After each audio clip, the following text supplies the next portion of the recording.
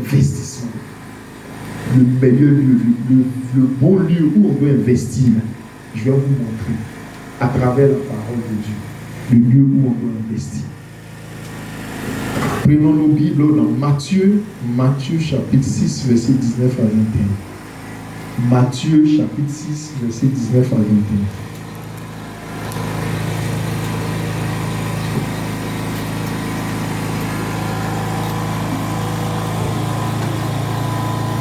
Matthieu chapitre 6. Verset 19 à 21. Verset 19.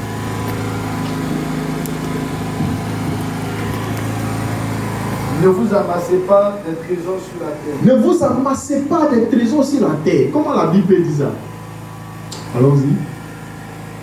Où la teigne et la rouille détruisent. Où la teigne et la rouille détruisent. Et où les voleurs percent et dérobent. Où le voleur perce et dérobe. Mais amassez-vous des trésors dans le ciel. Mais amassez-vous des trésors dans le ciel. Où la teigne et la rouille ne détruisent pas. Où la teigne et la rouille ne détruisent pas. Où les voleurs ne percent ni ne dérobent. Où les voleurs ne percent ni ne dérobent. Car là où est ton trésor, là où est ton trésor, là aussi sera ton cœur. Alléluia. Vous entendez ce que dit Jésus? Ici, c'est Jésus qui parle. Il parle à ses disciples et il parle à la foule. Il dit, ne vous amassez pas des trésors. Pourquoi? Pourquoi on ne va pas s'amasser des trésors sur la terre? Si on ne peut pas s'amasser des trésors sur la terre, en ce moment, on fait quoi sur la terre? Hein? Les frères, qu'est-ce qu'on fait sur la terre? Mais celui que nous aimons, celui que nous avons accepté de suivre, celui en qui nous croyons, celui-même qui nous parle, pour dire quoi? Ne vous amassez pas des trésors sur la terre. Mais faites quoi plutôt? Amassez-vous des trésors dans le ciel. Mais comment on amasse trésors dans le ciel? Qui est déjà allé au ciel? Personne. Mais comment on peut s'amasser des trésors dans le ciel? Et ça dit qu'on va laisser notre travail, nos activités, notre commerce, tout ce que nous faisons pour aller chercher à amasser des trésors dans le ciel. Comment ça se fait? Quel est le procédé? Par où on passe? Autant de questions difficiles. Et il continue pour dire quoi? Ne vous amassez pas des trésors sur la terre, mais amassez-vous des trésors dans le ciel, où la terre et la rouille ne détruisent point, et où les voleurs ne percent ni ne dérobent. Car là où est ton cœur, là aussi est ton trésor. Ou là où est ton trésor, là aussi est ton cœur. Amen. Amen. Pourquoi Jésus dit ça? Jésus veut-il nous transformer en des paresseux? En des gens qui ne travaillent pas? Mais est-ce que ce n'est pas la Bible même qui dit que celui qui ne travaille pas ne mange pas non plus? C'est la Bible qui le dit. C'est la Bible qui le dit. Il dit que celui qui ne travaille pas ne mange pas. Mais si je ne dois pas m'amasser des trésors sur la terre, si je ne dois pas avoir des biens sur la terre, comment je fais? Alors que quand je viens à l'église, on me dit que je dois faire offrande, on me dit que je dois payer dîme, on me dit que je dois faire offrande sacrificielle, on me dit que je dois faire ceci, je dois faire cela et rentrer ici et sortir là-bas. Je fais ça comment? Je fais ça avec quoi? Est-ce que la Bible se contredit? Est-ce que le Seigneur se contredit? Non, la Bible ne se contredit pas. Le Seigneur non plus ne se contredit pas. Mais le Seigneur nous donne des orientations très importantes. Alléluia. Au contraire, Dieu veut qu'on amasse du trésor. C'est le trésor que tu vas amasser sur la terre. La manière dont tu vas amasser ça, c'est ça qui va déterminer le trésor que tu amasseras dans le ciel. Amen. Amen. Est-ce que quelqu'un me comprend? la façon dont tu vas amasser le trésor sur la terre, c'est ça qui va déterminer le trésor que tu vas t'amasser où? Dans le ciel. Alléluia. Est-ce que je peux vous poser quelques questions? Quand quelqu'un travaille et qu'il reçoit son salaire, qu'est-ce qu'il fait premièrement? Quand quelqu'un travaille, quand il reçoit son salaire, qu'est-ce qu'il fait premièrement? Oui? Moi, par exemple, j'aime ma dîme d'abord. D'accord. Ensuite? Après, maintenant, Bon, les gens parlent chrétiennement. Hein? Il fait quoi d'abord? Il paye la maison. Ça, c'est le premier acte qu'il pose dès qu'il prend son salaire. Ensuite, il fait quoi? La nourriture, le transport. Et puis, pour les soins, il épargne. Les imprévus. Il épargne. Et puis, il fait quoi encore? Il dégage de l'argent pour les factures. Hein? L'eau courante, les factures. Il y a un canal, ça fait partie des factures. Il fait ça. Ça, c'est ce qui rime la vie de l'homme normalement. Donc, chaque matin, il se lève, il s'en va se battre, il s'en va se décarcasser, il s'en va faire tout ce qu'il faut. Pour faire quoi? Pour que sa maison, premièrement, soit alimentée. Les amis, on est chrétien, on a qu'à se dire la vérité. Le monsieur, il ne sort pas de sa maison pour qu'à la fin du mois, il ait l'argent pour payer 10. C'est pas pour ça qu'il sort. Il sort d'abord. Parce que quand on croise quelqu'un dans la rue, et puis on lui dit, non, laissez-le travailler. Ce qui vient à la suite, c'est quoi? Pour qu'il nourrisse sa famille. Donc, l'idée première du travail que l'on fait, c'est quoi? C'est pour nourrir sa famille. C'est pour prendre soin de sa maison. C'est pour payer la maison. C'est pour payer les factures. C'est pour faire tout ce qu'il y a à faire. C'est pas d'abord pour Dieu. Amen. La preuve, c'est que quand les gens gagnent l'argent, il n'y a pas la part de Dieu dedans. Amen. Hein? Amen. La pensée première en toute honnêteté de l'homme, même le chrétien, quand il gagne l'argent, ce n'est pas d'abord de payer sa dîme. Ce n'est pas d'abord de faire quoi que ce soit pour Dieu. C'est d'abord pour sa maison. Pour ses enfants. Et il y en a qui font quoi? Ils se lèvent tôt le matin. Tôt le matin. Pour aller lutter voiture, lutter bus, lutter tout. Et il y en a même qui vont au-delà. Ils passent par tous les moyens pour avoir quoi? L'argent. Ils vont passer par tous les moyens pour avoir l'argent. S'il faut qu'ils se vendent, s'il faut qu'ils se détruisent, s'il faut qu'ils fassent quoi, que même Dieu là, il est prêt pour faire quoi? Pour avoir l'argent. Mais le Seigneur souligne une chose importante. Il dit, pourquoi je ne veux pas que votre esprit, votre âme, votre être entier soit concentré sur l'argent. La diamant là, c'est l'argent qui rime leur relation dans la vie. Tu n'as pas l'argent, on ne marche pas ensemble. Vous voyez? Mais oui, hein? Tu n'as rien, il ne fait rien toi. Il ne faut pas le contaminer à ta pauvreté. Parce qu'il estime que quand tu n'as pas l'argent, tes pensées ne vont pas loin. Toujours c'est lamentation. Moi-même là, à la maison là, ceci est là-bas. Toujours tu vas le rencontrer, ces problèmes va t'expliquer. Un homme comme ça ne peut pas te faire avancer. Même il veut marcher avec des gens qui ont l'argent. Ceux qui ont l'argent, il faut quoi? Déplonger. Vous comprenez? Il veut marcher avec ceux qui ont de l'argent. Donc la vie, ces relations sont rythmées et rythmées par l'argent. L'argent. De sorte qu'il s'en fout de ce qui peut arriver à l'homme.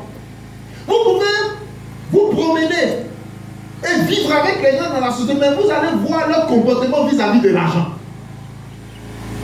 Il dit, mon ami, toi et moi on ne se connaît pas. la personne humaine là, ça ne lui dit rien. Lui, il s'est levé à 4 heures, 3 heures du matin pour venir travailler. C'est pas pour qu'il y ait sentiment de l'homme. Donne son argent. Si tu veux meurs, mais lui, tu dois donner son argent. Dieu dit, en tant que ses enfants, nous n'avons pas à amasser de tels trésors. C'est des trésors inhumains. Pourquoi? Parce que l'argent qui est là, l'argent pour lequel on se bat, l'argent qu'on gagne, la terre et la rouille font quoi? Détruisent. Vous comprenez ça? La terre, c'est quoi? La plupart du temps, c'est ce qu'on voit sur la tête des enfants. La terre. Mais en fait, il va faire allusion encore au rongeur. Prends ton argent, mets ça dans la maison. Kafa passe là, c'est un rongeur. Il va percer tout l'argent. Là, ils ont mis 10 000. Et puis le numéro du billet, c'est là-bas, il perce. On ne sait plus c'est quel argent. Mais l'argent que tu as gardé, que le Kafa vient de percer, de toute façon, tu as souffert, tu as avoir ça. Souvent même, tu t'es vendu pour avoir ça. Mais le résultat, c'est quoi? Kafa a bouffé. Il a gâté. Souris a gâté. C'est pourquoi il dit, ne vous amassez pas. Ça veut dire quoi? Quand il dit ne vous amassez pas des trésors sur la terre, ça veut dire que toi, ta vie là, quand tu la vis, si tu as eu l'argent, c'est la finalité de ta vie qui est là. Tu as eu l'argent, tu as construit, tu as compte en banque, c'est ta vie a réussi. Il dit non, c'est pas ça qui fait la vie.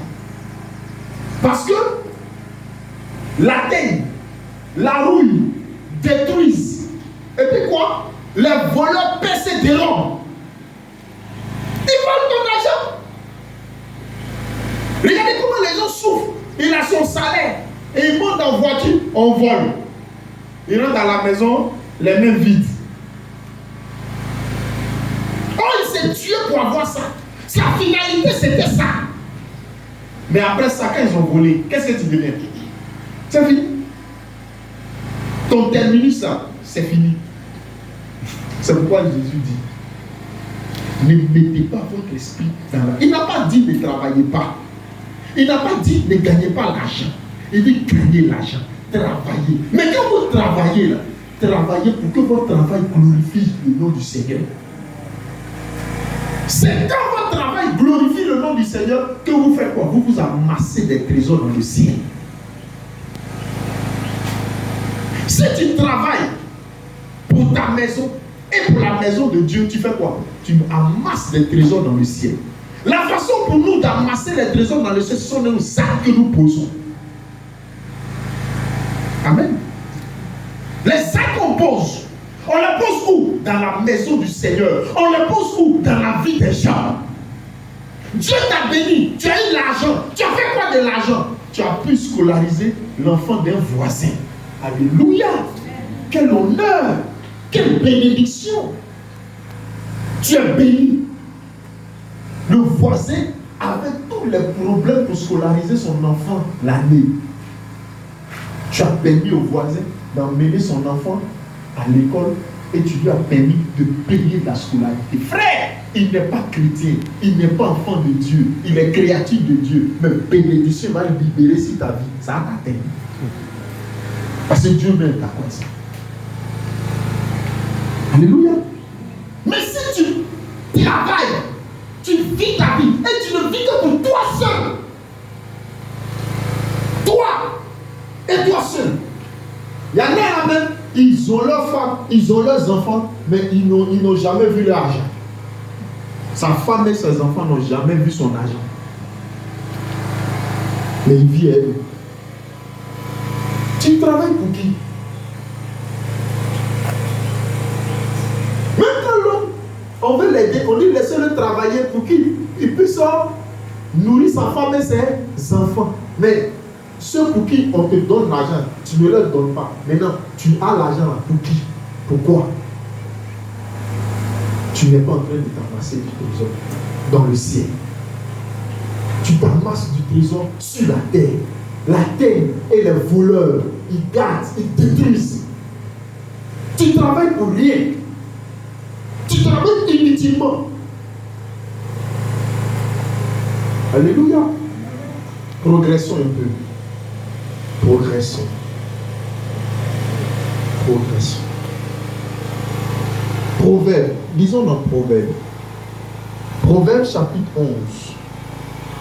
Versets 24 à 28. 4 versets. Lisons dans Proverbe. Proverbe chapitre 11, verset 24. Tel qui donne libéralement, Tel qui donne libéralement, il fait quoi? devient plus riche. Devient plus riche. Et tel qui épargne à l'excès ne fait que s'appauvrir. Et tel qui épargne à l'excès fait quoi? Est-ce que c'est vrai? On va pas la Bible là nous mentir ici. Reprends, il dit quoi? Tel qui donne libéralement, Tel qui donne, ça veut dire quelqu'un qui donne libéralement, il fait quoi? devient plus riche. Ça c'est. Non, attends, on a bien comprendre ça. Est-ce que quelqu'un qui sort de sa maison et commence à partager l'argent aux gens, il devient riche? Au contraire, il n'a plus rien. Hein? Quand tu fais le travaillement, est-ce que tu peux avoir encore l'argent? Hein? Tu vas recevoir, tu reçois un moment. La Bible ne nous parle pas de quelqu'un qui dépense follement, sans réfléchir.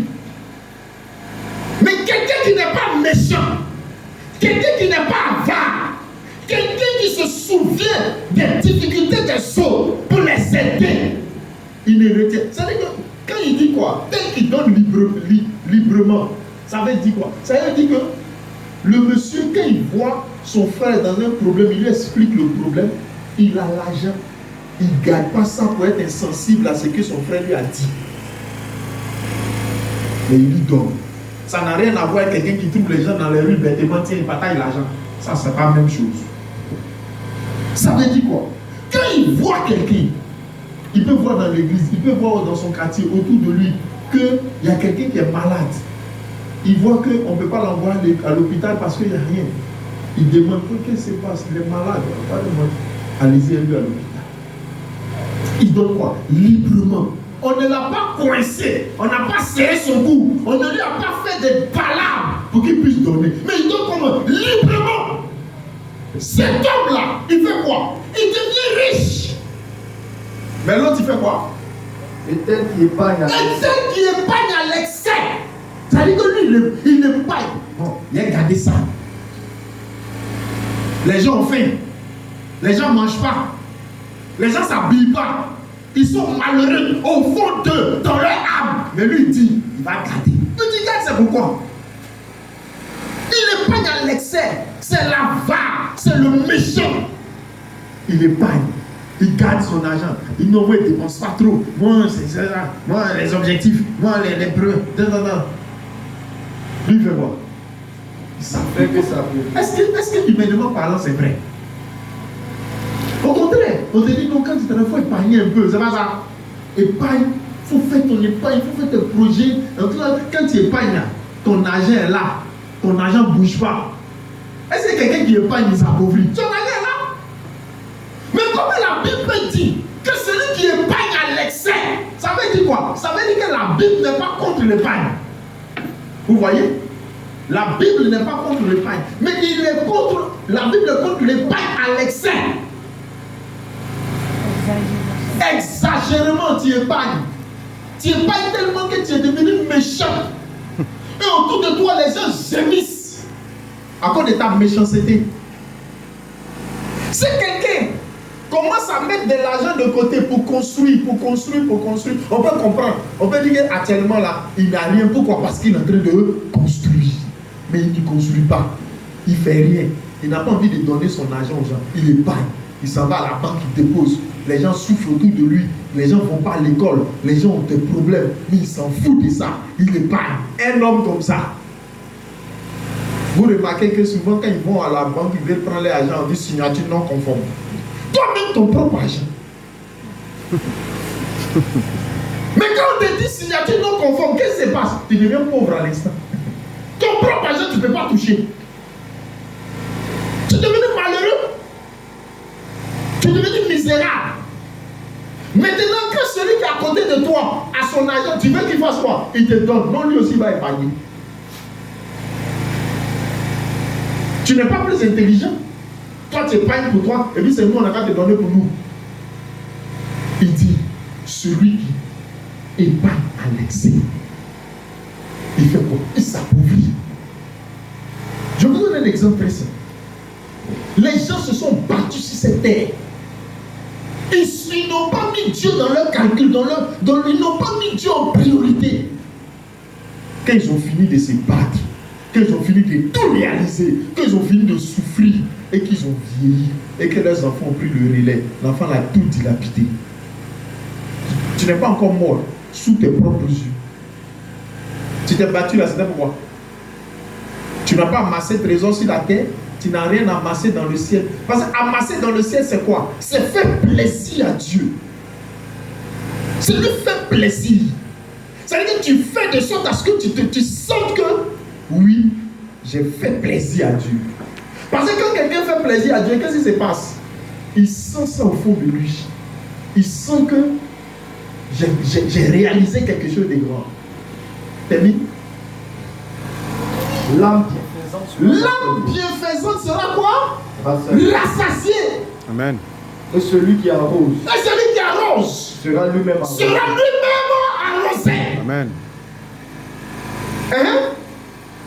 Celui qui retient le blé Celui qui retient le blé, est maudit. il est maudit. Il est maudit du peuple. Vous comprenez? Il garde son argent, il ne veut rien faire avec, il ne veut pas aider les gens. Les gens meurent autour de lui, il s'en fout. Il est quoi? Il est maudit. Maudit du peuple. Et puis cette malédiction-là, Dieu tient compte de ça et tu es maudit. Et puis, mais la bénédiction est sur la tête de celui qui le vend. La bénédiction est sur la tête de celui qui vend le blé. Vous comprenez ça? C'est pas qu'il distribue le blé, mais il le vend. Et il permet aux autres d'avoir. Amen. L'idée qu'il ressort là, c'est permettre aux autres d'en avoir. Penser aux autres. Amen. Mais lui, il dit, mon blé, pendant que les gens ont faim, il ne vend pas, il ne donne pas aussi. Ça est là. Mais pourquoi? Pourquoi tu fais ça? Terminons avec l'exemple d'un méchant gars. Un méchant. Allons-y. Verset 27. Verset. Celui qui cherche le bien s'attire de la faveur. Il s'attire de la faveur. Mais celui qui poursuit le mal Mais celui qui poursuit le mal, en est atteint. il est atteint du mal. Celui qui se confie dans ses richesses Celui qui se confie dans ses richesses, tombera. il tombe. Comment c'est possible? C'est-à-dire que lui là, que vous voyez là, c'est qu'il le fait. Il a les richesses. Moi, les 4 immeubles. Il est devenu invincible. Il est devenu intouchable. Il ne parle que par ses immeubles. Il ne vit que par ses immeubles. Dieu dit, tu ne peux pas prendre tes biens pour le remplacer. Dieu ne partage pas sa gloire. Il veut qu'on soit à lui et à lui seul. Amen. Il veut qu'on pense à lui et à lui seul. Il veut qu'on ait recours à lui et à lui seul dans tout ce qui nous arrive. Mais que tu ne parles que par tes biens. Moi je vends, moi je ceci, moi je cela, moi là je peux décanter la situation, moi je peux faire. Tu es orgueilleux. Il dit celui qui se confie en ses richesses, il fait quoi? Il tombe, il plonge. Mais celui qui fait quoi?